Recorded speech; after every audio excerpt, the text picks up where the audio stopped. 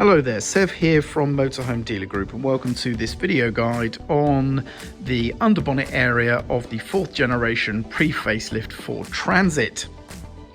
If you would like to watch a video on the cab area of this vehicle, then we have that video on our channel as well. This video is going to focus on what's underneath the bonnet, and we're not going to be covering anything related to problem solving or troubleshooting here. This is purely just a sort of quick start guide so that you can find your way around the engine bay of this particular vehicle. If you are experiencing issues or need further information, then please consult your instruction manuals or seek the help of a technical professional. So with that said, let's get into it. So in order to open the bonnet and get access to the engine area, we're going to need the vehicle ignition key, and we're going to need to put it into that receptacle just here.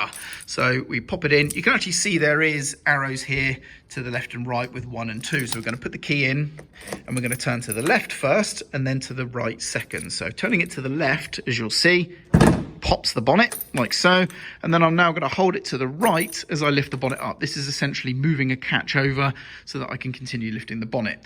The problem is I can't do this one-handed, so I'm going to have to skip ahead to where I've got the bonnet open.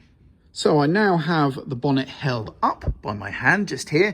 What we need to do is to take this bar that you can see here across the front here, clipped into that yellow clip. I'm going to need to unclip that and lock it into that part right there. So I'm going to try and show you that now. So take out the bar and I'm going to pop it over there like so, and now the bonnet is held securely in position and we can now have a look around. So let's start over here on the left. We have the screen wash here, very clearly marked.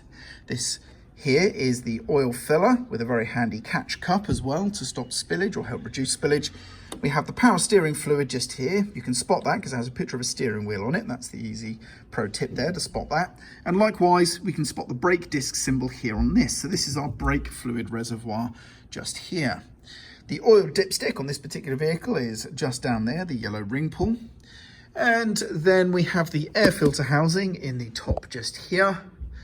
And then over to the right hand side, we have the engine coolant header right here, and then we have the fuse and relay box. Now this vehicle typically will have the engine battery underneath a cab seat.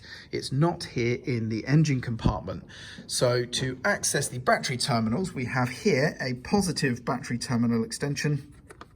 And for the negative, you can use a chassis bolt or engine lifting eye. And for example, there is an engine lifting eye down here, so you could clip onto that. That would be fine for your negative as well. Please make sure though, of course, when you are connecting to a vehicle for jump starting or boost charging, please make sure that you have your ignition turned off. The engine ignition is not on and open when you are making those connections. You could cause some serious electrical damage. And if you're unsure, use the help of a professional rather than fumble along yourself and cause your vehicle some damage. But like I say, make sure your ignition's off when making connections to your battery terminals.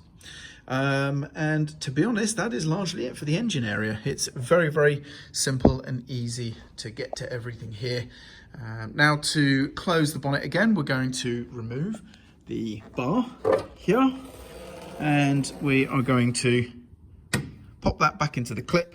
And then we're just going to lower the bonnet down to about sort of 2 or 3 inches high and then let go. Now I've still got the keys in the holder there, so they might rattle a bit as this happens. Nope, it didn't, that's good. And just make sure, of course, that all the gaps are uniform, and that means the bonnet is securely closed. And then you can just remove the keys. Easy as that. What we then also have just behind the passenger door here is where you will find your fuel filler. So no cap, it just goes straight in. The door acts as the lock there. And if you have AdBlue, that is your AdBlue filler just below there. Now, if you don't know what AdBlue is, it's an additive that's used to help the vehicle achieve emission standards, and you can find it in petrol stations, motor factors and garages around the country and continent, and you would top it up there. I do recommend using a funnel. Now on this particular vehicle, the chassis plate identification information is just here.